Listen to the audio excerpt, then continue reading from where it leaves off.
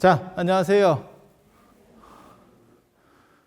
아니, 사람이 별로 없더라도 많이 있는 것처럼 인사를 하면 좀 이렇게 굉장히 많은 것처럼, 이게 방송으로 보시는 분들은 낚일 수도 있으니까, 물론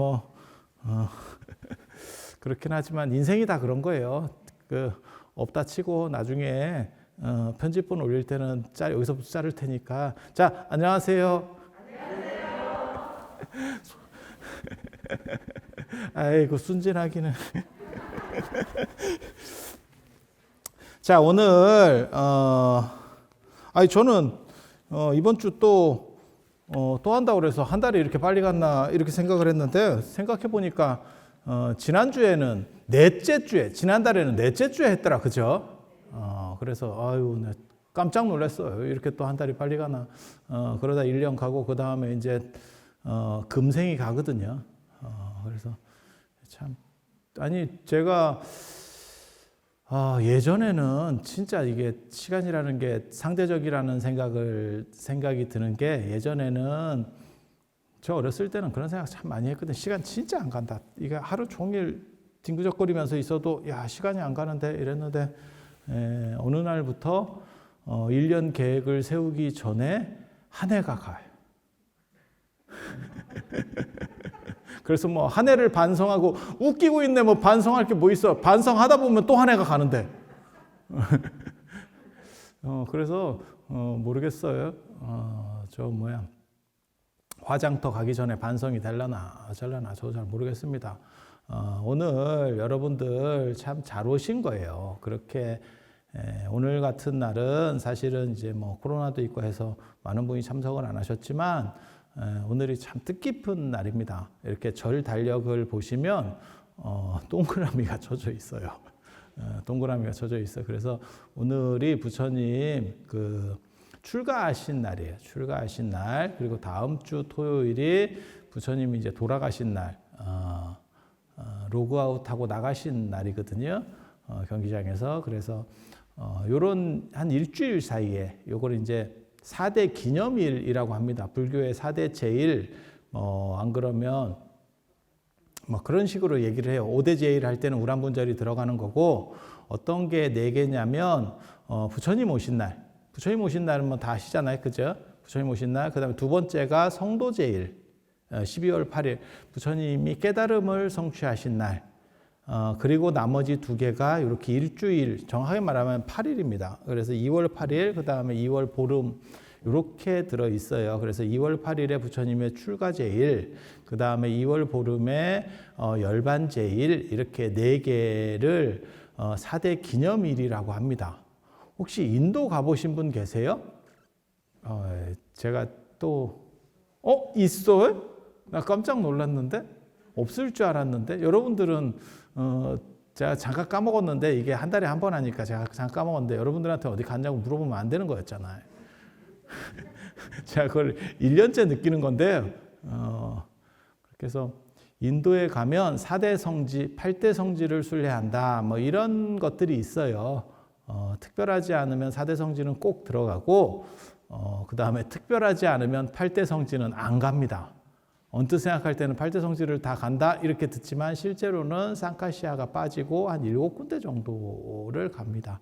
그래서 그 4대 성지가 어디냐면, 부처님이 태어나신 룸비니, 룸비니, 부처님 오신 날이 내나 여기랑 관련이 되겠죠. 그죠? 그냥 생각을 해봐도 4월 8일에 부처님 태어나시는 거니까. 그리고 부처님께서 이제 깨달음을 얻으시는 부타가야, 여기도 갑니다. 그게 12월 8일 성도제일이라고 관련되는 거고, 그 다음에 또 한 군데가 어디냐면, 이제 부처님 돌아가셨을 때 12월 8일 쿠시나가르라고 하는 데를 갑니다.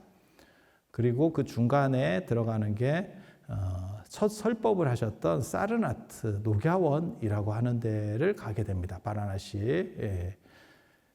가장 오래된 도시, 인류 문명과 관련해서 가장 오래된 도시 중에 한 곳이고, 막상 가보면 가장 거지 같은 도시 중에 한 곳이 이 사르나트예요. 가보신 분은 뭔 뜻인지 아실 거고, 안 가보신 분은 저게 뭔 소린가 싶을 정도로, 아무튼 약간 재밌고 기괴하고 신기한 도시, 그게 이제 사르나트인데, 근데 되게 재밌지 않아요? 지금 방금 말씀드린 것처럼 4대 성지라고 하는 게 부처님의 생애랑 결정적으로 중요한 건데, 부처님 태어나신 거, 돌아가신 거, 이 두 가지는 뭐 확실하고 가장 중요하고 모든 사람에게 있어서 이건 가장 중요하죠. 그러니까 여러분들도 사실은 생일하고 기일이라고 하는 거를 우리도 따지는 거죠.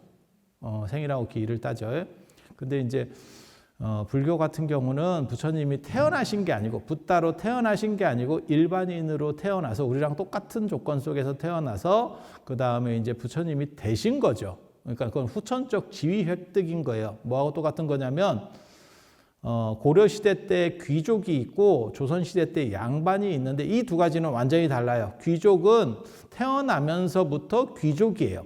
우리 아버지가 귀족이면 나는 그냥 귀족이에요. 마치 왕족하고 똑같아요. 우리 아버지가 왕이면 나는 그냥 왕자예요. 피로. 그런데 조선시대 양반이라고 하는 것은 이렇게 혈통으로 세습되는 게 아니고 쟁취하는 지위랑 관련되는 겁니다. 그래서 지금으로 말하면 뭐하고 똑같은 거냐면 대통령. 그러니까 북한에도 최고 수령자가 있고 우리도 그렇게 있지만 두 가지가 다르죠. 북한은 혈통으로 내려오는 거고 어떻게 보면 왕조 같은 거고 우리는 국민이 뽑는 거잖아요. 그래서 대통령이 다음에 누가 될지 뭐 어떻게 될지 그거는 상황들이 계속 달라지는 거죠. 그래서 그거는 획득된 지위지 세습된 지위가 아니잖아요.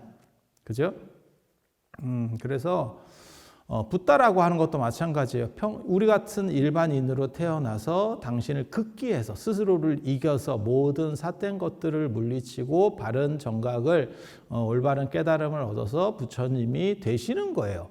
이거는 굉장히 다른 겁니다. 그래서 불교는 태어나신 거를 큰 의미 부여를 사실은 안 합니다. 원래 불교는. 그래서 부처님이 되셨다라고 하는 거를 굉장한 의미 부여를 하죠. 그리고 나중에 열반하시는 거, 이제 돌아가시는 거에도 의미 부여를 해요. 그건 좀 이따 말씀을 드릴 거고.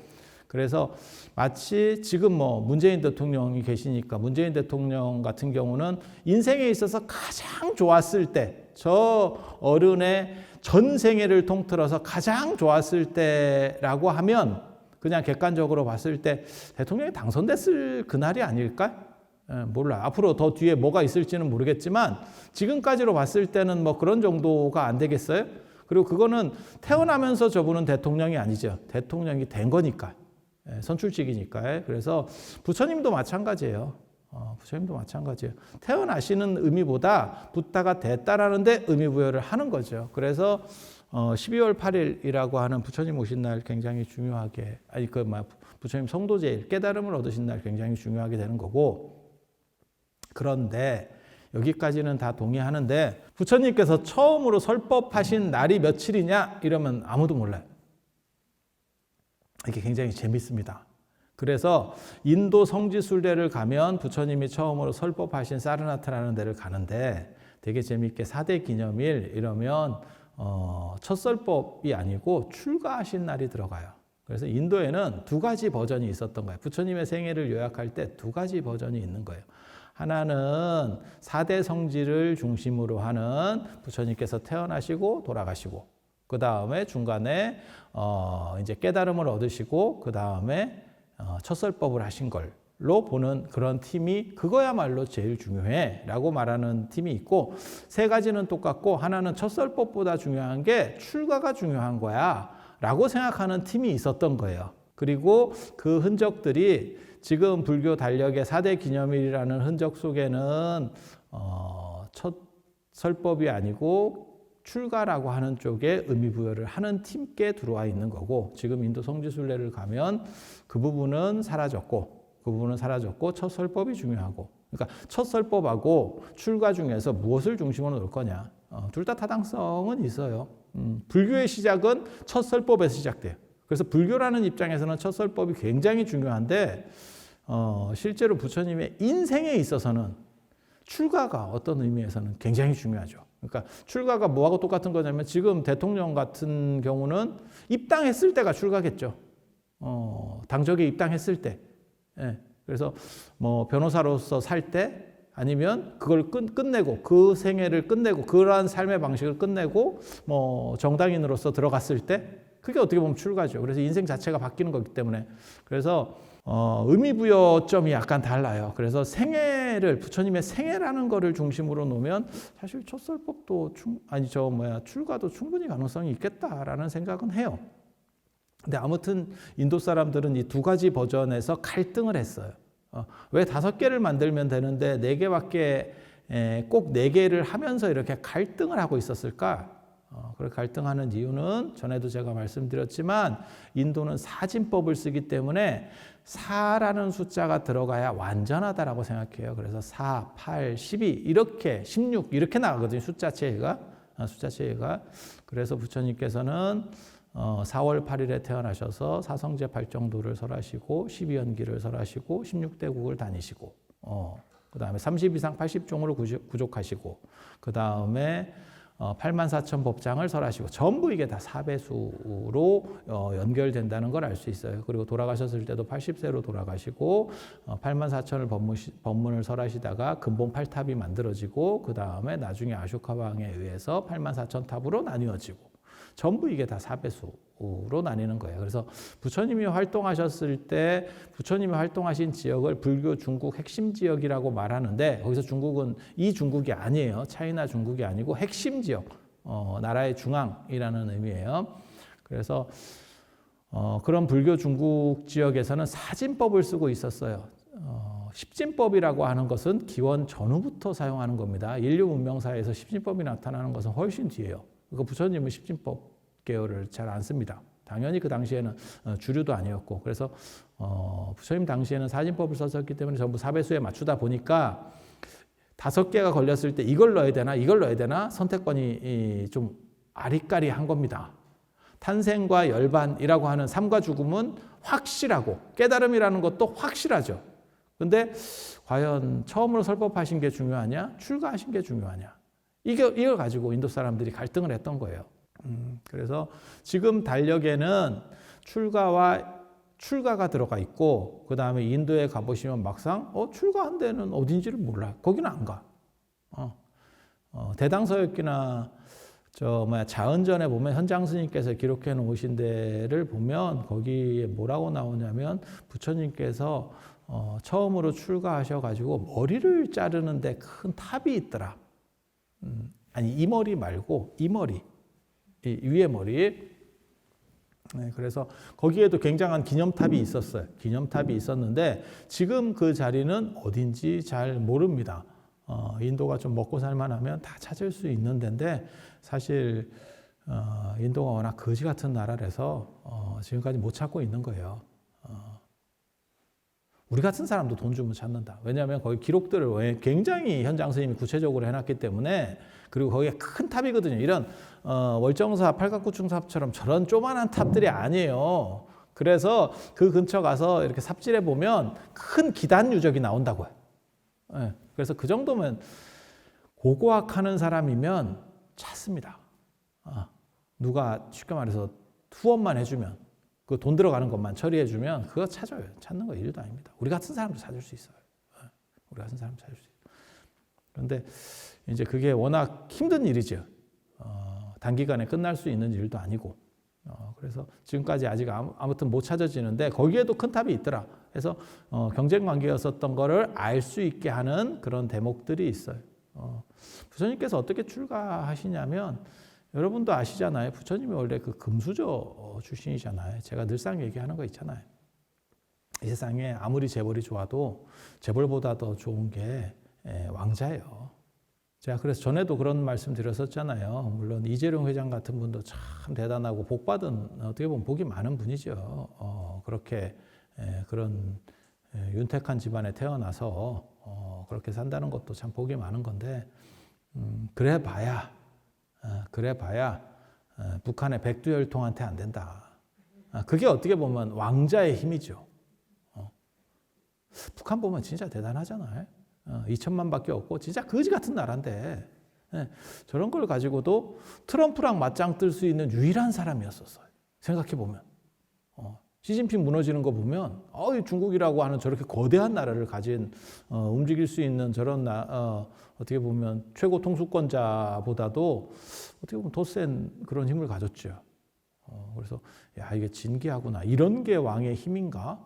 라는 생각이 들 정도로 그리고 그래서 왕자라고 하는 조건은 뭐 굉장히 좋은 조건이죠. 누가 생각해봐도 굉장히 좋은 조건이죠. 그런데 왜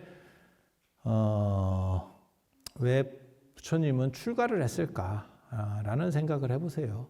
그게 사실은 굉장히 큰 화두고 저는 그런 생각들을 언제나 신도들에게도 제가 그렇게 말씀을 드리고 그 다음에 저기도 그렇게 얘기를 합니다. 스님들 교육할 때도 제가 늘상 그런 얘기를 해요. 왜냐하면 부처님께서 그런 좋은 조건 속에서 그런 좋은 조건은 사실 우리가 추구해도 얻기 어려운 굉장히 힘든 조건이에요. 이 보통 일반 사람들이 추구해서 얻을 수 있는 최대 조건이라고 하면 지금 같은 세상에서는 재벌 아니겠어요?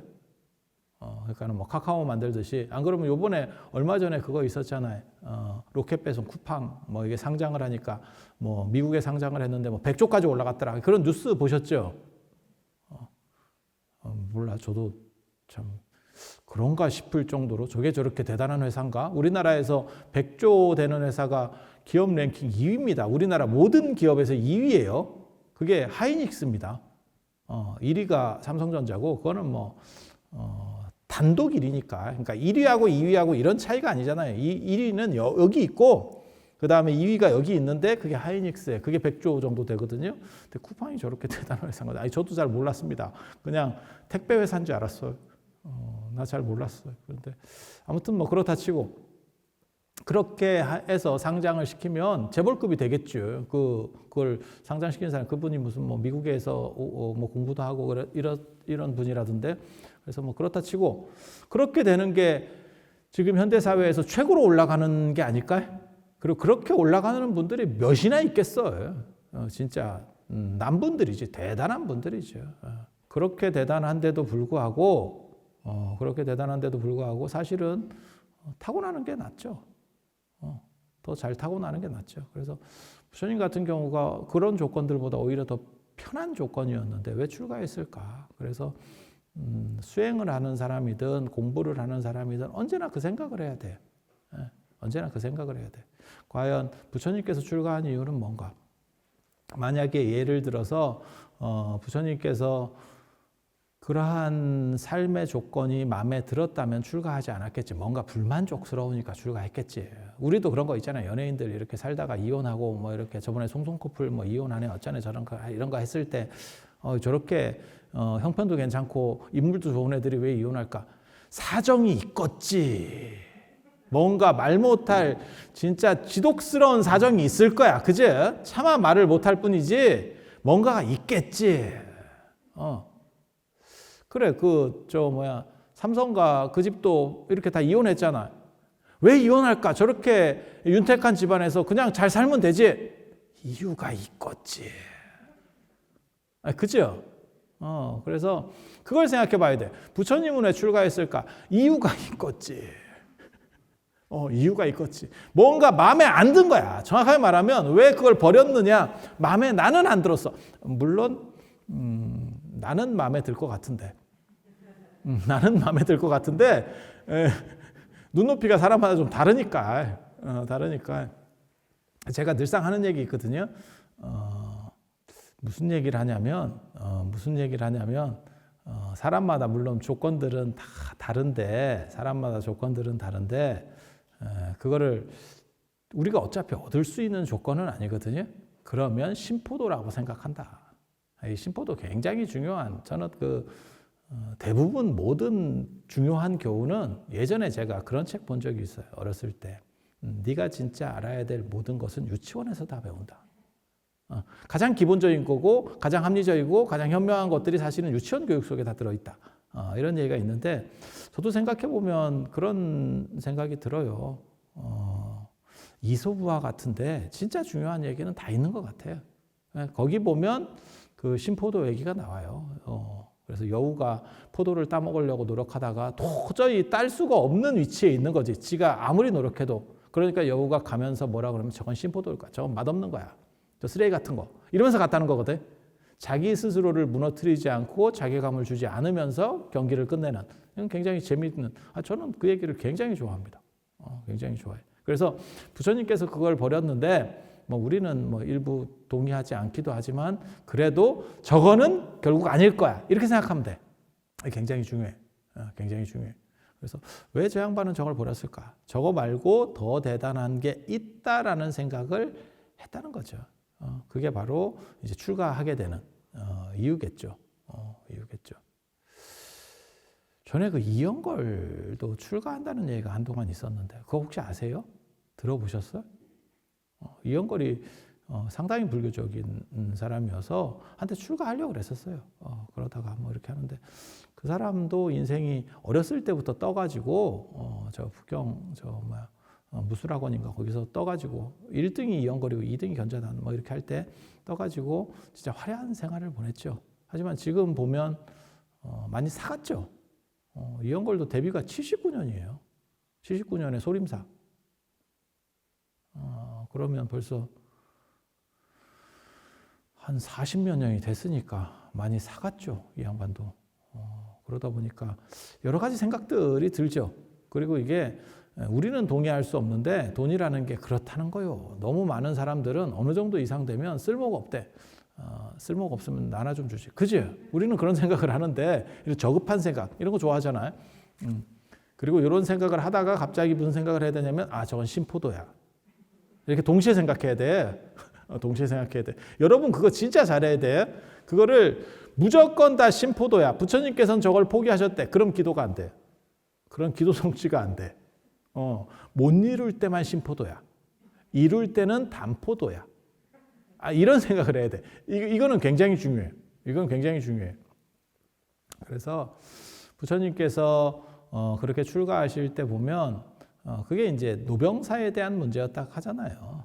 늙고 병들고 죽고, 그러니까 인간의 본질적 고통이라고 하는 거예요. 그걸 본질적 고통. 그렇게 해서 결국 뭐 아무한테도 얘기 안 하고 마부 차이 가고 말 건척이라는 백마 부처님 말이 백마인데 그 앞에 말 이렇게 콧잔등이 있는데 이렇게 다이아몬드 표시가 있다는 거예요. 뭐 이렇게 해서 좀 멋있는 말이래. 그렇게 해서 아무튼 출가를 하고.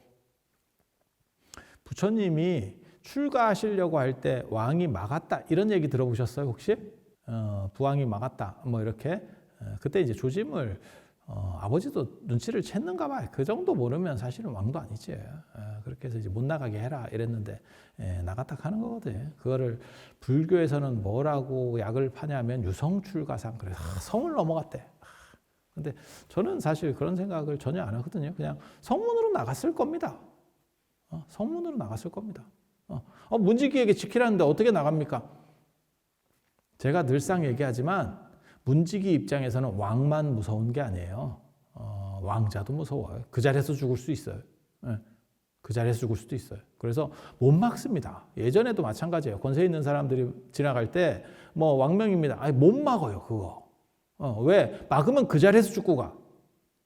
그 자리에서 배버린다니까요. 그래서 아마 통과됐었던 거고, 통과되자마자 보고를 했더니 왕이 그러면 군사를 보내서 그거를 잡아오라 했대. 정반왕이. 그때도 못 잡거든. 왜 못 잡는지 아세요? 이게 굉장히 재밌는데 왕이 직접 가지 않으면 그건 죽었다 깨나도 못 잡습니다. 왜? 그 나라에서 제일 좋은 말이 왕말이었을 거고 두 번째가 태자말이었을 거예요. 그래서 일반 군사들 말로는 따라갈 수가 없어요, 이게. 그리고 부처님의 특징이 뭐냐면 무술대회 1등 출신이에요. 그거 굉장히 중요한 거거든요. 원래 부처님이 무술대회 1등 출신이에요. 그래서 말도 굉장히 잘 탔을 겁니다. 말도 잘 타는 데다가 이 양반은 포르쉐를 타고 있고 그 다음에 그거보다 기술이 떨어지는 사람이 소나타를 타고 쫓아가는 거야. 야씨, 그거 어떻게 따라가? 그러다가 국경을 넘어가면 더 이상 못 쫓아가는 거예요. 그때 이제 부처님이 머리를 자르고 돌아가지 않겠다. 머리 자르고 결심을 세운다라고 하는 게 어떻게 보면 그 시조가 부처님입니다. 여러분도 그런 거 한번 안 해보셨어요? 젊었을 때? 내가 뭔가 생각을 바꿔야겠다. 그래서 머리를 한번 잘라보고 긴 머리를 지금은 뭐 여러분이 생머리를 할 수도 없지. 왜? 머리숱이 없으니까. 그래서 그거를 이제 공갈머리를 하는 게 파마머리잖아요. 그죠? 그리고 파마머리를 했는데도 불구하고 자고만 일어나면 애들이 죽어요. 그렇게 해서 게레를 이렇게 뻥튀기 시키는 게 일이잖아. 너무 슬프지. 근데 여러분도 젊었을 때는 이렇게 긴 머리들이 있었을 거 아니에요. 그런 거를 한꺼번에 이렇게 딱 자르면서 내가 결심을 보이는, 오늘날까지도 그런 거 있잖아요. 그래서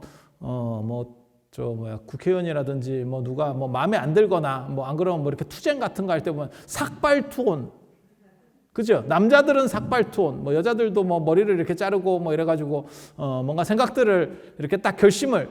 근데 그거에 어떻게 보면 제일 위에 시족격 인물이 부처님입니다.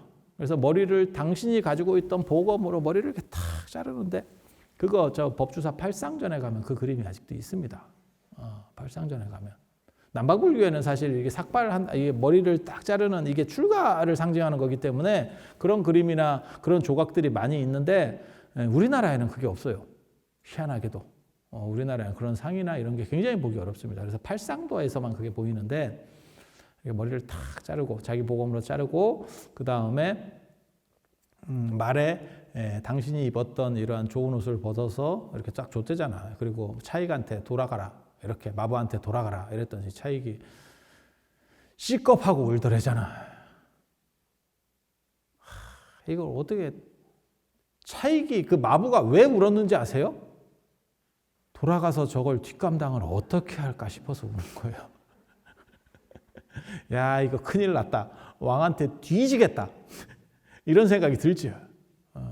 그래서 아무튼 시겁하고 그렇게 가고, 그 다음에 아주 지금 우리나라 국립중앙박물관에도 그게 있는데, 간다라 부조 중에 그게 우리나라에 있는데, 제가 예전에 중앙박물관에 가면 그걸 꼭 보거든요. 참 멋있는 부조예요.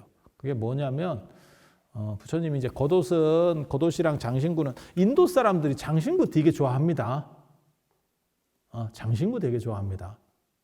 동아시아 사람들 같은 경우는 장신구보다 이게 추운 지역 문화 사람들이 마찬가지예요. 모피 같은 걸 좋아합니다. 그러니까 옷으로 이렇게 뭔가를 하려고 하는 게 있고, 더운 지역 문화 사람들은 노출을 하잖아요. 옷을 두껍게 못 입잖아요. 미치지 않고서 어떻게 옷을 입어. 옷을 입으면 40도 55도가 되는데 뭘 입어 입기는. 그냥 헐벗게 살아야지. 그래서 걔네는 노출에 관대해요. 더운 지역의 특징이 노출에 관대해. 예, 그리고 추운 지역 사람들이 노출하면 죽을 것처럼 생각을 했었어요. 그래서 제가 그런 얘기 했었잖아요. 지금은 그렇지 않지만 유관순 목장, 지금 원불교 보면 그 유관순 목장이잖아요. 그 모나미 볼펜 목장인데, 그게 예전에는 굉장히 노출이 심한 거였었어요. 그 정도가 굉장히 노출이 심한 거였었어요. 그러니까 꽁꽁 싸매고 다니는 거지. 진짜 꽁꽁 싸매고 다니는 거예요. 그래서 동아시아 같은 경우는 그렇게 싸매다 보니까 장신구라는 걸 착용할 데가 없죠. 아니 그렇잖아. 장신구를 어디 착용하겠어요? 근데 인도 같은 경우는 다 헐벗고 다니니까 장신구가 많죠. 그래서 보살상 이렇게 보면 귀도 뚫고 팔찌도 하고, 그 다음에 여기도 합니다. 여기 이런 걸 완찌라고 하는데, 이런 것도 하고, 그 다음에 긴 걸로다가 이렇게 축축축 늘어뜨리죠. 축축 늘어뜨리죠. 그래서 그런 걸 보고 영락이라고 하고, 그런 거 이제 그림에서도 나오고, 고려불화 같은 데는 수월관음도 같은 데서도 나오고, 그 다음에 지장보살도에도 그런 게 나와요. 그 굉장히 좀 특이한데, 지장보살은 출가보살인데도 불구하고 그런 장신구 같은 거래요. 그래서 이게 출가인 플러스 보살이구나라는 거를 알 수 있는 그런 거예요. 그래서 여러분도 사실 장신구 좋아하면, 야, 내가 전생에 더운 지역 사람이었나? 이렇게 생각하면 돼. 그러나 난 장신구에 대해서 별 관심이 없어요. 이러면 내가 전생에도 추운 지역 사람이었나? 이렇게 생각하면 되고, 나는 두 가지 다 관심이 없어요. 그러면 전생에 사람이었나? 이렇게 생각. 동물이었나? 이렇게 그냥 던지는 거예요. 그래서 그렇게, 그래서 장신구 같은 건 다 주고, 그래서 이제 속옷, 그러니까 속옷이라고 하는 게 뭐냐면 그냥 안에 입는 옷, 우리식으로 말하면 이런 옷으로 말하면 적삼 같은 거. 그냥 여러분도 마찬가지죠. 집에 가면 그냥 입는 정도의 옷, 진짜 속옷 말고, 인도는 속옷 안 입어요. 참고로 말씀드리면 더운 지역은 속옷 안 입습니다. 그리고 덥기 때문에 걔네들 약간 치마 같은 거 입는 거예요. 그 치마 같은 거가 지금까지 남은 게 가사예요. 그 가사가 통치마 비슷한 거예요. 일종의. 예, 뚫뚫뚫 말아버리면 지금 제가 입고 있는 것도 이게 원래 지금 동아시아로 너무 짧아져서 그렇지 이게 이렇게 감는 거라고요. 감으면 통치마입니다. 그리고 속옷 안 입어요. 참고로 말씀드리면 이런 얘기 자꾸 해서 그런데 인도도 안 입었고 우리나라도 잘 안 입었어요. 옛날에 속옷. 잘 안 입었어요. 왜냐하면 그것까지 챙겨 입을 정도로 천이 그렇게 많지 않아요. 예, 동아시아는. 천이 많지 않아요. 인도는 더우니까 안 입은 거고. 그렇게 보시면 돼요. 그러니까 속옷 같은 정도 챙겨 입을 정도면 그게 좀 있는 집입니다. 예전에는 속옷 안 입습니다. 그냥 그 번거지 같은 거, 파자마 같은 거, 이런 거 있잖아요. 속바지 같은 거, 그거 입으면 끝이에요. 그런 정도 생각을 하시면 되고, 그래서 그냥 일상복, 그러니까 겉옷, 외투 같은 건 싹 벗어주고, 장신구나 이런 건 싹 벗어주고, 외투 같은 걸 입고 다 어떻게 해야 되지? 부처님의 가장 큰 특징 중에 하나가 성격적 특징이 뭐냐면 대책이 없어요. 이 양반이. 예. 이게 최대 장점이고 그 다음에 어떻게 보면 단점이에요. 이런 스타일이 뭐 아니면 도인데 별로 바람직하지는 않습니다. 그냥 도가 되는 경우들이 굉장히 많거든요. 그러니까 제가 전에도 잠깐 그런 말씀 드린 것 같은데 직장을 때려칠 때 옮길 직장을 먼저 뚫어놓고 때려치는 사람이 있고 일단 마음에 안 드니까 때려치는 사람이 있고 둘 중에 하나거든요. 대책 없이 때려치는 사람. 그런 사람이 박간장반으로 걸리면 난리 나죠. 진짜 무책임하지. 뭔가 저 사람은 생각이 있을 거야. 생각이 없어. 생각이 없어. 그런데도 불구하고 태연해. 환장하지. 근데 부처님이 그렇게까지 막 생각하고 움직이시는 분이 아니에요. 되게 재밌어요. 성격적으로는.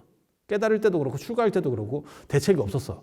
어떻게 해야 되지? 라는 생각을 깊이 안 하고 이렇게 움직이는 성격이에요. 이런 성격들이 돌파력이 있기 때문에 잘 될 때는 떡상을 해요.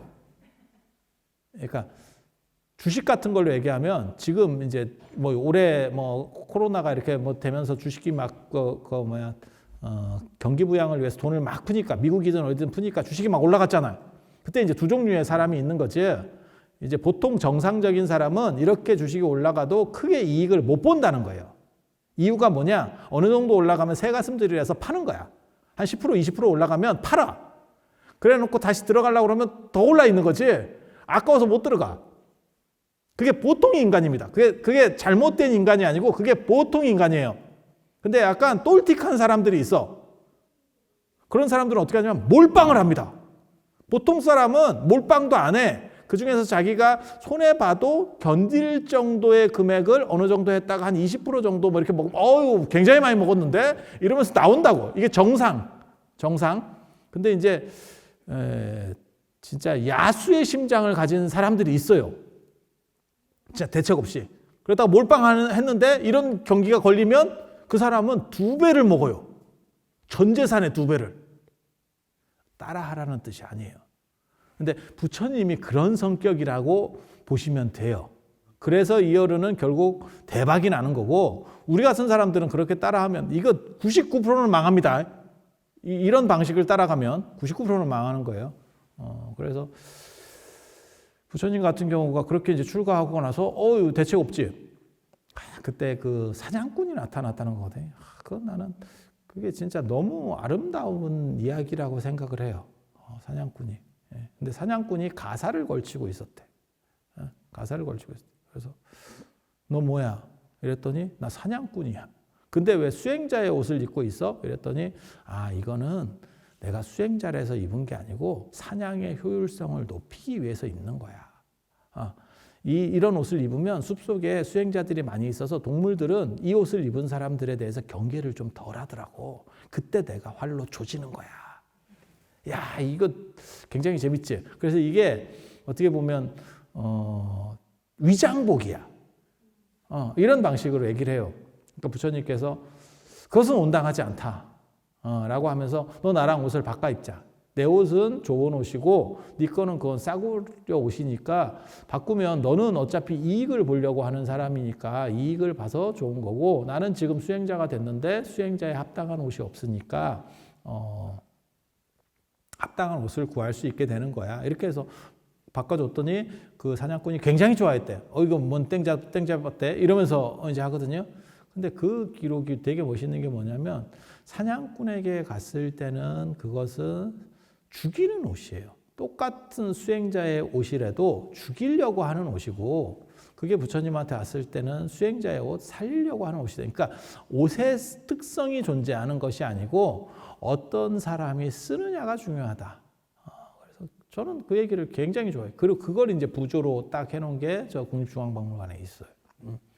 물론 편집하시는 분이 성의가 있으면 그런 걸 넣어줄 거지만 그런 성의는 기대하지 않는 게 좋습니다. 인생은 그렇게 쉽지가 않아. 그냥 찾아봐. 찾아봐. 아무튼 그렇다 치고 그렇게 해서 결국 마가다로 가는데 마가다에 가서 빈비사라 왕을 만납니다.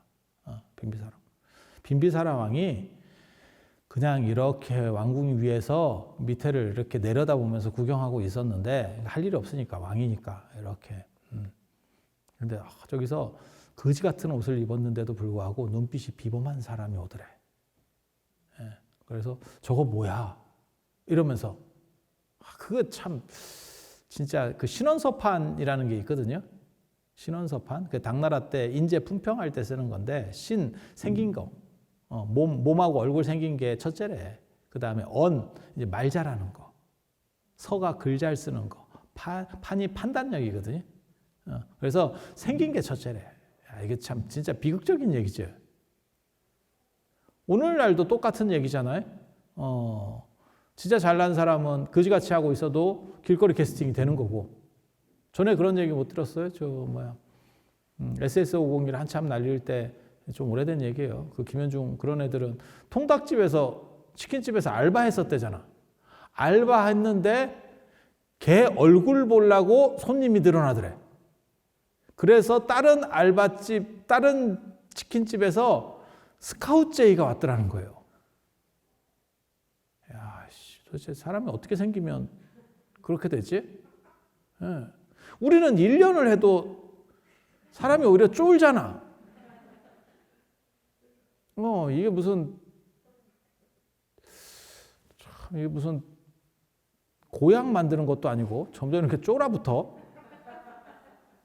이러다 나중에 야 공진단 되겠다 씨. 그렇게 해서 그런 거 보면 대단하지. 그래서 딱 멀리서 봤는데 그 아우라라는 거 아십니까 혹시? 아우라 이렇게 쫙 이렇게 뭔가 포스. 속된 말로 하면 포스지. 이렇게 뭔가가 굉장히 강력하대.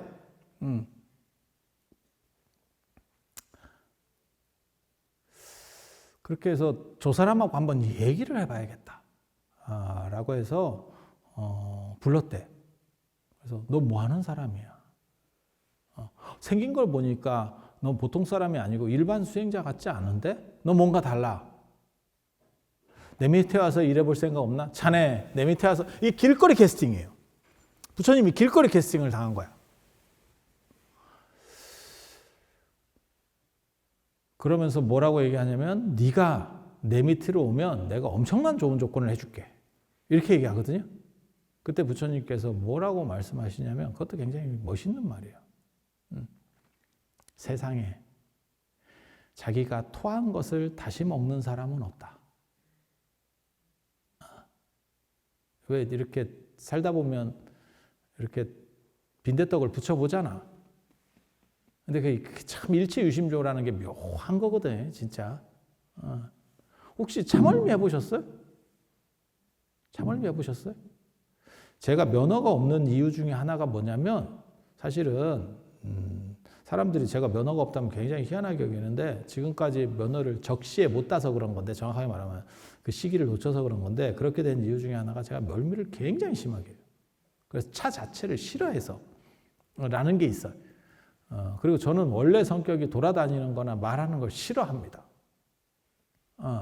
그거는 저를 모르는 사람들은 저랑 생활을 안 해본 사람들은 그걸 사람들이 잘 몰라. 설마 그럴까? 이러는데 저랑 같이 생활해 본 사람들은 제가 돌아다니는 것도 싫어하고 말하는 것도 싫어하는 걸 알아요. 어떻게 보면 열정사에서 가장 그림자 같이 사는 사람이 날걸? 진짜 존재하나? 안 존재해서 안 보일 때도 있고 존재하는데도 안 보여, 사람이. 그래서 제가 원래 성격은 그런 성격이에요. 근데 어떻게 하다 보니까 나와서 자꾸 떠들게 되는 이런 진기한 상황이 됐어요. 이렇게 멀미가 굉장히 심했는데, 제가 멀미가 심했는데 그때 이렇게 보면 그게 카멜레온이 된다. 사람이 카멜레온이 돼요. 멀미가 시작되면 카멜레온이 돼요. 그리고 이게 뭐가 이렇게 중간에서 왔다 갔다 한다. 그리고 꼭 그런 사람이 있어요. 멀미하는 것도 다 체력이기 때문에 밥을 든든히 먹으면 멀미를 안 해. 야, 이씨. 네 옷에다 내가 한다, 씨. 네 옷에 한다. 꼭 그런 사람이 있어요. 무조건 안 먹어야 돼. 속에서 아무것도 올라올 수 없게 만들어 놔야 돼. 그래서 뭐 낚여가지고 뭐 먹어놓으면 이게 왔다 갔다 한다. 근데 이게 되게 재밌는 게 이게 좀 지저분한 얘기인데 멀미를 하려고 토를 하려고 이렇게 뚝 올라왔다가 이렇게 참으면 다시 내려간다. 이렇게 그러니까 목까지 왔다 이렇게 올라갔다 내려갔다 하는 거야 이게. 그런 경우가 있어요. 근데 참 신기한 게 그걸 이렇게 못 참고 이렇게 했다가 잘못해서 이렇게 넘어서 나오잖아? 나온 걸 다시 먹을 수는 없다. 그러니까 여기 있으나 사실 나왔으나 그게 그거거든. 사실 생각해보면 한 끗 차이, 한 끗 차이 진짜. 근데 그 한 끗이 무진장 큰 한 끗이야. 그래서 그 나온 걸 다시 먹으라 하면 그건 죽었다 깨나도 못 먹어. 근데 여기 있을 때 이렇게 올라오려고 하는데 이때 이렇게 해서 딱 하면 넘어가. 그게 그거거든. 이런 게 일치유심조라는 거예요. 일치유심조라는 거야. 그렇게 해서 참 이게 진기하지. 근데 부처님께서 뭐라고 말씀을 하시는 거냐면 이 세상에 자기가 이렇게 토를 하고 그걸 다시 기어 먹는 사람이 있냐? 라고 물어봐요. 빈비사라왕한테. 그러니까 빈비사라왕이 세상에 그런 사람이 어디 있겠어? 라고 얘기해. 그러니까 뭐라고 얘기하냐면 내가 왕자도 때려치고 나왔는데 내가 네 밑에 들어가서 좋은 조건을 준다고 해도 그게 되겠어? 이렇게 얘기한다고. 그랬더니 빈비사랑이 감탄하면서 뭐라고 얘기하냐면 굉장히 진짜 좀 어떻게 보면 두 분의 인연이라는 게 참 묘합니다. 참 묘합니다. 나중에는 이게 결국 비극적으로 끝나거든요. 이런 걸 설명해 줄 수 있으면 참 좋은데 아마 안 될 거야. 안 될 거야. 근데 빈비사랑이 뭐라고 얘기하냐면 너는 될 것 같다. 너의 자세를 보고 내가 너를 봤을 때 너는 분명히 될 것 같다. 되면 반드시 와서 나를 좀 제도해달라. 그것도 굉장히 어려운 얘기예요. 그 당시 빈비사랑의 위치라고 하는 거는 지금으로 말하면 어떻게 보면 미국 대통령 같은 거예요. 인도에서 제일 잘 나가는 나라의 왕. 근데 그 양반이 뭐라고 얘기하냐면 내가 소원이 있었는데 왕이 되기 전에 소원이 있었는데 그 중에 하나는 나는 왕이 되고 싶었다. 그게 소원이었다는 거예요. 그리고 또 뭘 얘기하냐면 내가 살아갈 때 부처님이 나왔으면 좋겠다. 그리고 내가 그 부처님이랑 친해서 그 가르침을 들을 수 있었으면 좋겠다. 그런데 그게 너였으면 좋겠어. 이렇게 얘기해. 그게 나중에 이제 부처님이 빈비사랑한테 다시 가게 되는 이유 중에 하나거든요. 그러니까 두 분이 인연이 참 좋아. 참 좋아. 그리고 저는 빈비사라왕 같은 신심 있는 사람이 또 있을까 싶을 정도로 보통 사람이 왕족 출신이고 이렇게 큰 나라의 왕이고 그러면 교만하기 쉬워요. 그러니까 이게 진짜 된 사람 아니면 사람이 건넘게 됩니다. 건넘게 됩니다. 그런데 이 사람은 참 진솔하지. 그래서 나중에 부처님 모시는 걸 보면 이렇게 제가 전에 그런 얘기 안 해드렸나? 왕궁을 새로 지었는데 그 왕궁 기둥이 여기도 기둥 많잖아요. 이 기둥을 비사시나무를 썼대. 그 비사시나무가 엄청 좋은 나무라는 거예요.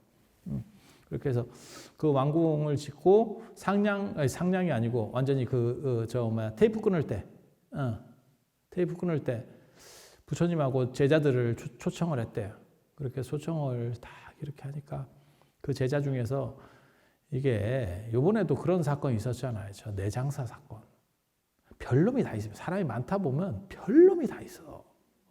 인간도 그렇잖아요. 우리도 이렇게 사람이 많다 보면 사이코패스 이런 건 진짜 별놈이거든. 우리 몸에도 별놈이 다 있어요. 아세요? 이 몸 안에도 그 별놈이 그 또라이가 대표적인 게 암이에요. 그래서 원래는 내 몸 전체를 살리기 위해서 어느 정도 세포가 문제가 있으면 내 몸에서 명령을 해요. 세포들한테 너는 죽어도 되겠어. 그러면 걔가 죽어. 집단을 위해서 전체를 위해서 죽어. 그런데 암 같은 경우는 나는 안 죽고 살래. 이렇게 가는 놈이거든. 네가 죽어. 그러니까 옛날에 그 장동건하고 유호성 그거지. 하와이 갔다 와라. 이랬더니 네가 가라 하와이. 이러면서 버티면 그게 암이야. 뭔 얘기인지 알겠지? 네. 그래서 그게 또라이 세포예요. 또라이 세포 정확하게 말하면. 그래서 그런 사람이 많다 보면 아무튼 그런 놈들은 다 있어. 이게 있게 마련이에요. 그래서 부처님 당시에도 그런 사람이 있었는가 봐. 그래서 왕궁에서 그 낙성식 하고 있는데 거기서 뭔 얘기를 하냐면 저 기둥으로 바루 깎으면 참 좋겠다. 이렇게 얘기했다는 거예요. 무슨 개 같은 말이야. 근데 난 진짜 그런 얘기도 들어본 적이 있어요. 그렇게 얘기하는 사람을 본 적이 있어. 그런 비슷한 말을. 종교인 협의회에서 뭐 이렇게 해가지고, 이렇게 여러 종교인들이 모였는데 그때는 이렇게 돌아가면서 모이거든요. 그런 사람들이. 그래서 교회에 모일 때도 있고, 그 다음에 성당에 모일 때도 있고, 절에 모일 때도 있고, 뭔 얘기인지 아시겠죠? 종교인들끼리 모이는 거야. 그리고 모였는데 어떤 목사가 절에 이렇게 와가지고 뭐라 그러냐면, 아이고, 여기다 이거 교회로 바꾸면 참 좋겠네요. 있다고 얘기를 하더라고. 야, 씨, 뭐 장난해?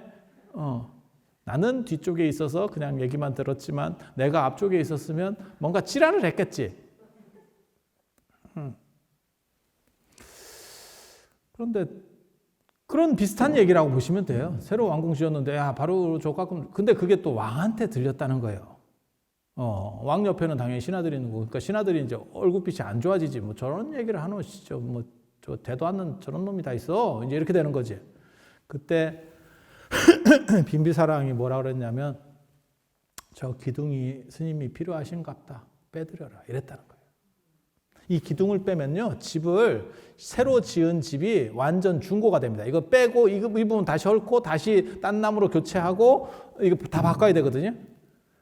일도 많고 거지같이 되는 거지. 뭐가 똑같느냐면 차 사자마자 어떤 놈이 들이받아가지고 물론 몇 년 타면 들이받으면 고맙지. 몸만 안 상할 정도 되면 아이고 안 그래도 앞쪽에 기스 좀 있었는데 이번 기회에 바꿔야겠네. 뭐 이렇게 될 수도 있고 큰 사고 말고 그냥 접촉사고 이런 거 말씀드리는 거예요. 근데 이제 처음에 사자마자 이렇게 하면 기분 굉장히 안 좋잖아요. 그게 그 돈의 문제가 아니잖아요. 비유를 제가 잘못 든 것 같아요. 이건 여자들이라서 차에 대해서 관심이 없네. 명품 가방을 샀는데 어떤 놈이 긁었다고 생각해봐. 그랬더니 그놈이 뭐라고 얘기하냐면 아유 미안하다고 수리하면 내가 수리비 준다고. 그래갖고 수리비 명품 수리하는 데 가갖고 수리를 받았어. 그리고 돈을 청구했더니 그놈이 돈을 줬어. 그래도 기분은 더럽지. 그렇지 않을까? 뭘로 비유를 들어야 될까? 왜? 뭘로 할까? 뭘로? 네.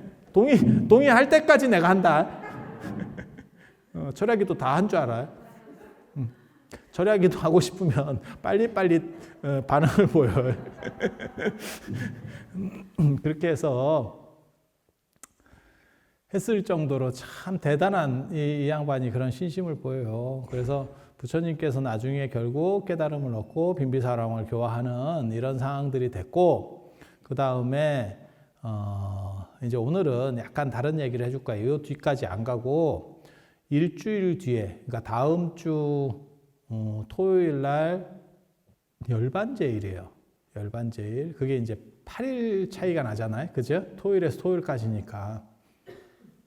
그래서 이거를 단순히 지낸 게 아니고 불교에서는 그거를 특수주간, 그러니까 어떻게 보면 용맹 기도를 하는 그런 주간으로다가 예전부터 했었어요. 그래서 선원 같은 데서 특별 기도, 특별히 정진을 하고 그래서 용맹 정진을 했다라는 기록도 있어. 용맹 정진을 했다. 용맹 정진이 뭔지 아세요? 그러니까는 일반 선언에서 뭐 8시간이든 뭐 10시간이든 일정이 기본이 잡혀 있으면 가행 정진은 플러스 알파를 하는 거예요. 그러니까 거기서 한 2시간 더 얹어서 묻고 더블로 가 뭐 이런 식으로 하는 게 가행 정진이라고 보시면 돼. 용맹 정진은 아예 안 잔다는 뜻이에요. 그래서 보통 이제 성도제일 때도 용맹 정진했다라는 얘기가 나오고 이 출가에서부터 열방까지 이걸 대정진 기간이라고 옛날에 하거든요. 그래서 그런 정진 기간에도 용맹 정진을 했다라는 이야기가 나와요. 그래서 이때 이제 부처님을 생각하면서 뭔가를 좀 열심히 해보겠다. 그래서 한 8일 정도라도 굉장히 열심히 해보겠다 그런 게 있고, 그 다음에 우리나라에서는 예전에 뭐 했냐면 사실 여기 그거 안 하네요. 원래는 탑돌이 할 때가 사실은 이때요. 스님한테 얘기를 해야지. 이게 그러니까는 2월 8일부터 2월 15일까지 그때가 탑돌이 기간입니다. 원래 탑돌이 기간. 그래서 흑륜사에서 그 유명한 얘기가 나오죠. 그 흑륜사 탑돌이 얘기가 이 기간에 맞춰서 탑돌이를 했다. 그랬더니 그때 이제 뭐 김현가모조라고 하는 그 유명한 거예요. 청경림 흑륜사 들어보셨죠? 전에 제가 얘기 드렸잖아요. 거기가 첫절, 신라불교의 첫절. 그 뒤로 내가 그 7개 절 얘기하다가 지금 코로나 이렇게 돼갖고 그때부터 안 줬어. 왜? 안 오니까 사람들이. 내가 사람이 많으면 쓰는데 지금 참 저도 안타깝습니다. 이게 지금. 그렇게 해서 그 김영감호조에 보면 탑돌이 하면서 밤에 탑돌이 하면서 이렇게 딱 도는 얘기가 나오거든요. 그때 또 옛날에 그런 거 하면서 눈 맞고 이랬다. 그 신라시대 때 그랬어요. 고려시대 때도 그랬어요. 고려시대 때도. 여러분이 잘 몰라서 그러는데 고려도경이나 이런 데 보면 되게 재밌는 이야기들이 있어요. 서궁이라고 하는 중국에서 송나라에서 사신을 따라온 사람이 이렇게 보고 뭐라고 썼냐면 고려 사람들은 남녀가 같이 아침에 개울가에 가서 목욕을 한다. 이게 혼탕이라고 하는 거거든요. 그런 게 이제 나중에 일본 문화로 넘어가는데, 그러니까 조선하고 완전히 달라요. 굉장히 달라, 사람들이. 예. 그래서 자유연애 같은 게 고려 때까지는 흔합니다.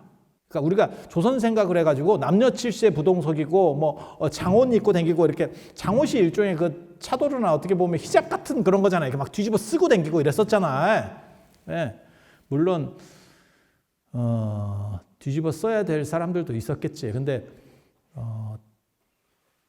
아무튼 그런 시절이 우리 역사에서 계속 있었다고 생각하시면 안 돼요. 조선 초기까지는 안 그랬어요. 그냥 자유연애하고 막 그러던 시절들이 있었어요. 그래서 통일신라 시대 때 그 탑돌이 돌다가 탑이나 돌지 이놈 새끼들이 말이야. 눈이 맞아가지고 또 젊은 놈들이 또 눈이 맞아가지고 그래 뭐 탑돌을 왔다. 다 이렇게 됐대. 어떻게 이렇게 됐대. 네, 어떻게 됐대. 근데 그것도 되게 빨라요, 진도도. 진짜 요즘 같아.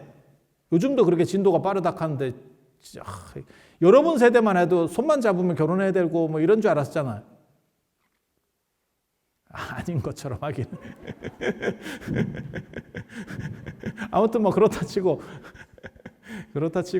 그렇게 해서 알고 봤더니 나중에 그 이야기가 이제 진기한데 그 남자가 호랑이였었어요. 변신한 호랑이. 그런 뭐 복잡한 이야기가 있어. 그래서 뭐 아니 그 여자가 변신한 호랑이야. 그래서 그 남자를 위해서 결국 죽어.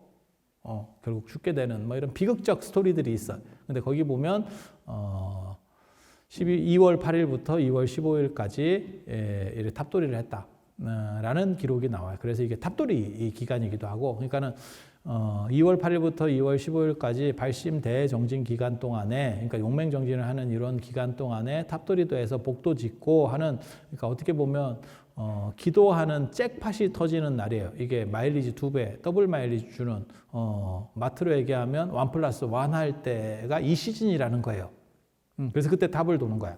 그래서 탑도리하고 그 다음에 당나라에서는 당나라 기록에 보면 무에다반을 했다 이런 얘기가 나와요. 무에다반.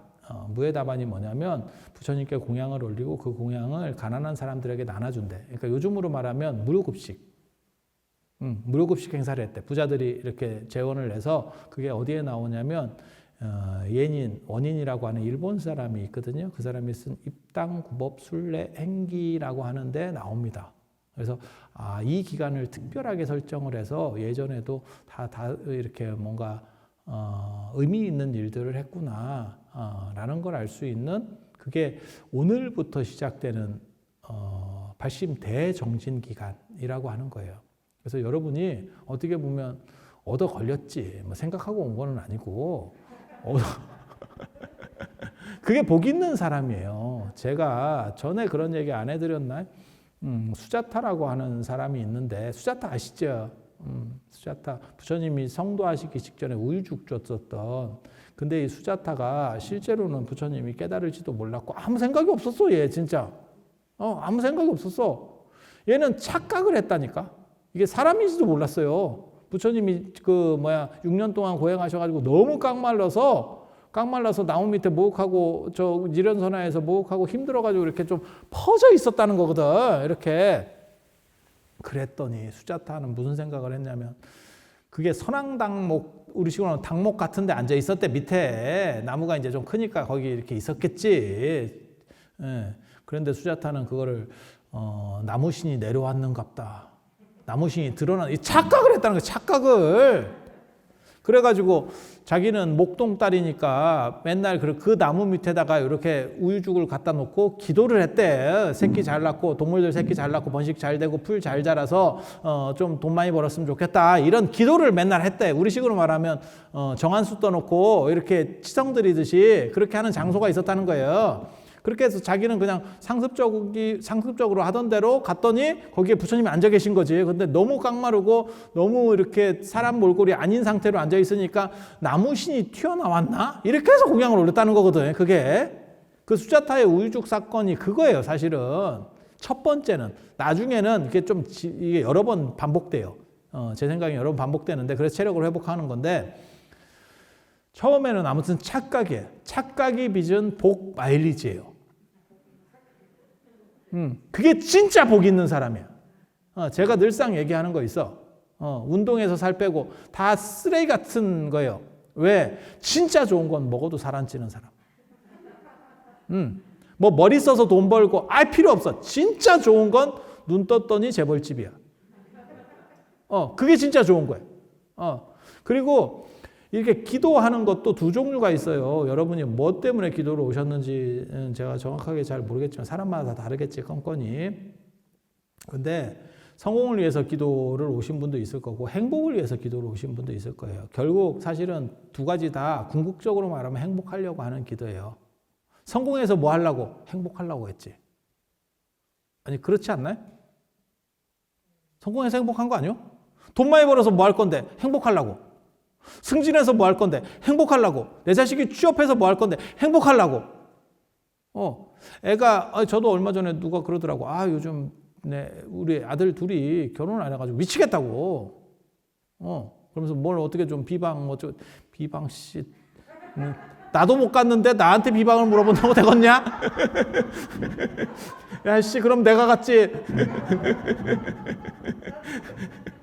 아니, 농담 삼아 그렇게 얘기하고 내가 그렇게 얘기를 해줬어.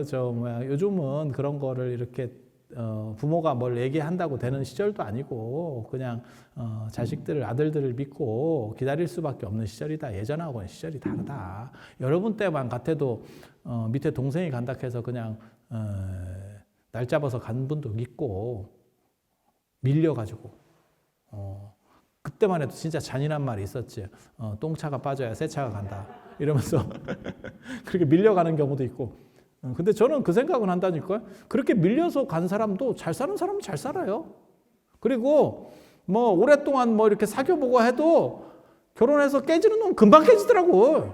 그러니까 그게 미리 안다고 해서 꼭 더 잘 되는 것도 아니야. 이게 이제 복의 문제거든. 그래서 여러분이 어떤 걸 기원하든지 간에 결국은 나중에는 궁극적으로는 다 행복하고 관계되는 거예요. 내 자식이 잘 되고 내가 잘 되고 내 바깥 양반이 잘 되고 결국은 다 행복하려고 하는 거야. 그래서 궁극의 목적은 행복이고, 근데 이제 지금 현상에서는 두 가지 생각을 하는 거지. 내가 좀 더 근데 행복하려고 철야 기도는 잘 안 올 것 같아.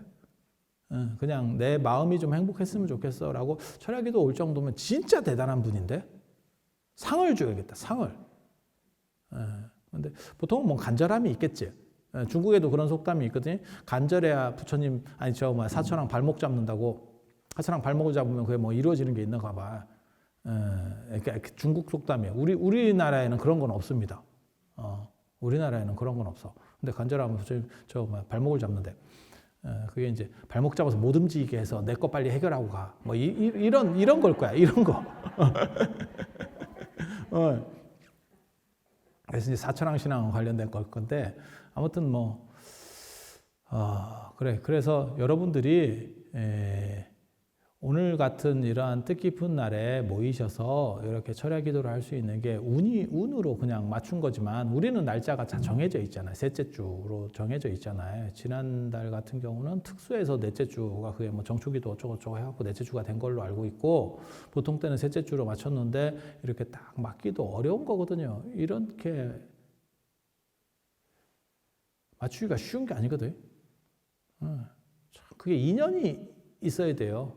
제가 전에 그런 거 있었는데, 중국의 법문사 사리 보러 갔을 때, 그게 중국에 한 과의 사리가 있다면 그 법문 사리가 진짜거든.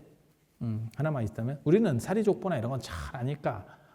근데 이제 개별적으로 자꾸 그런 거 물어보는 사람이 있어. 어디 건 진짜입니까? 어디 건 일일이 다 못 가르쳐 준다. 그쪽 주지한테 들어가. 내가 못 가르쳐 줘. 근데 다 족보가 있어. 족보가 있는데, 중국의 그 법문사 사리가 진짜 한 과만 있으면 동아시아 1등이에요. 그 사리가 가장 유력한 사리인데, 그거 보러 갔을 때는, 처음에 보러 갔을 때는 진짜 어떻게 보면 순수한 마음으로 갔더니 사리를 친견하게 됐고, 그 뒤로 제가 법문사를 3번인가 더 갔는데 단 한 번도 못 봤어. 그리고 나중에는 아예 계산을 해가지고 시간을 맞춰서 갔는데도 불구하고 못 봤어요. 그래서 이게 운이라고 하는 게, 저는 운 같은 거 굉장히 좋아하거든요. 개인적으로 사람들이 저를 어떻게 생각할지는 모르겠는데 저를 굉장히 합리적으로 생각하는, 제가 그런 사람 아닙니다. 굉장히 불합리한 사람입니다. 저 사람은 굉장히 합리적이고 찔러도 이렇게 이렇게 탁 이렇게 할 것 같은데 실제로 제가 안 그래요. 그리고 살아보면 인생이 그래요. 인생이 그래요.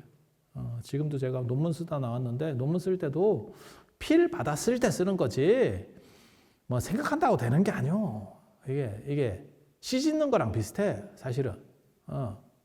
그래서 여러분들이 사실 이렇게 맞춘 것도 운이고, 그렇지만 운만 갖고, 운빨만 갖고 되느냐? 그러면 어떤 얘기가 떠오르냐면 첫 끝발이 개 끝발이다. 이렇게 나오게 되는 거거든. 그래서 첫 끝발을 잘 살려가야 돼. 오늘은 첫 끝발이 된 거야. 저급한 비유로 들면 고스톱에서 든 거는 잘 들었어. 하지만 든 것만 갖고는 안 되거든, 이게. 이게 잘 펴져야 돼요. 이걸 다 펴져야 돼. 그래서 여러분들이 오늘 같은 날 참 오늘이 잘 터지는 날이라더라 라는 생각을 하시면서 진실하고 간절하게, 그리고 기도라고 하는 거는 다른 게 없어요. 간절함이 있어야 돼요. 간절함이 있어야 돼요. 그리고 기도만 그런 게 아니고 매사가 똑같아요. 매사가 똑같아요. 똑같거나 비슷한 조건에 있으면 나대는 놈, 간절한 놈을 못 당해냅니다. 나대는 놈, 간절한 놈 못 당해냅니다. 그래서 그거는 필수적이에요. 필수적이에요. 그래서 간절한 마음이 있어야 되고, 그리고 오지랖하지 마세요. 제가 기도 얘기할 때 늘상 얘기하는 건데, 오지랖하지 마세요. 오지랖이라는 게 뭐냐면 큰 거, 뭐 세계 평화, 남북 통일 이런 거 하지 마. 작은 걸, 될 만한 작은 거를 기도합니다. 제가 전에도 잠깐 그런 말씀 드렸잖아요. 뭐 예를 들어서 뭐 생일날이어가지고 누가 선물 하나 사줄게. 뭐 필요해? 이랬다가 자동차. 야, 너 지금 장난해? 그런 거 말고 딱 될 법한 정도에서 기도를 하는 거예요.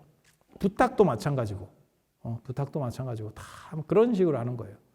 그래서 좀 더 구체적인 거 그리고 그렇게 가지고 계속 집중해 가는 거 그게 굉장히 중요해요. 그리고 내 기도가 아니고 우리 가족이라든지 뭐 자식이라든지 이런 기도가 필요하면 걔를 생각하면서 해야 돼요. 걔를 생각하면서 해야 돼요. 그거 굉장히 중요해요. 그래서 그런 정도 생각을 하시고 오늘도 우리 가검 스님하고 같이 열심히 한번 해보세요. 오늘은 어떻게 보면 비가 와서 더 조용하니 잘 될 수도 있을 것 같아. 잘 될 수도 있을 것 같아. 그래서 오늘 이상 마치고 여러분들이 간절한 기도를 이루시기를 바람하지 않으면서 그리고 제가 다음에는 특별하지 않으면 제가 원래 그거 오늘 해주려고 그랬었어. 뭐 해주려고 그랬었냐면 신묘장구 대다라니가 뭔 내용인지를 얘기를 해주려고 그랬었어. 사실은. 자꾸 인터넷이나 뭐 이런 유튜브나 이런 데서 그게 뭐 힌두교라는 동 뭐 별놈 소리들을 다 하는 놈들이 있어. 진짜 개똥도 모르는 것들이. 네. 그래서 그런 것들이 이렇게 얘기들을 좀 그리고 진언이라는 게 뭔지 이런 얘기를 좀 해주려고 했는데 오늘 여기를 오려고 해서 달력을 보니까 출가제일이야. 그래서 오늘은 출가 얘기를 하고 물론 뭐 제가 또 다음에 얘기한다는 보장은 없어요. 왜냐하면 제가 그 명당 얘기하다가 지금 못한 지도 오래됐거든. 그래서 다음에 특별하지 않으면 제가 신묘장구 대다라니 얘기를 해드릴 거예요. 그거 어디 딴 데서 쉽게 잘 못 듣는 얘기. 물론 뭐 제 얘기는 다 딴 데서 잘 못 들어. 그렇지 않을까? 그리고 이제 끝났고 제가 이거는 또 다른 얘기예요. 지난달에 책을 팔아먹었잖아요. 그 책 팔아먹은 것 중에 법부시 받은 게 섞여 들어갔어. 나는 몰랐어요. 근데 어떤 보살님이 이렇게 그 책이 부족할지 모른다고 그래서 갖고 오는 과정에서 그게 섞여 들어갔어요. 그냥 복으로 알아요. 뭐 바꿔준다. 아니 그렇진 않아. 그냥 복으로 알아. 근데 나는 그 보살님이 그렇게 나대줘가지고 너무 고마워. 팔아먹은 거 또 팔아먹었어. 그래서 그분이 오늘 오셨나? 안 왔는갑네. 내가 왔으면 선물 주려고 갔는데. 선물 주려고 갔는데. 그래서 그 부분에 대해서는 사실 죄송하다는 말씀을 드리고 그거는 사실은 분리가 다 돼 있었던 건데 아마 가지고 오는 과정에서 착오가 있어서 그런 거예요. 그리고 그 부분에 대해서는 아무튼 공개적으로 제가 죄송하다는 말씀을 드립니다. 그렇지만 복불복이라는 거 그 얘기 드리고 다음 달에 또 뵐 수 있도록 그때는 좀 상황들이 좋아져서 보다 많은 사람들이 오셔서 이렇게 뜨거운 열기 속에 기도하실 수 있었으면 하는 바람을 가져보면서 오늘 마치도록 하겠습니다. 자, 오랫동안 들어줘서 감사합니다.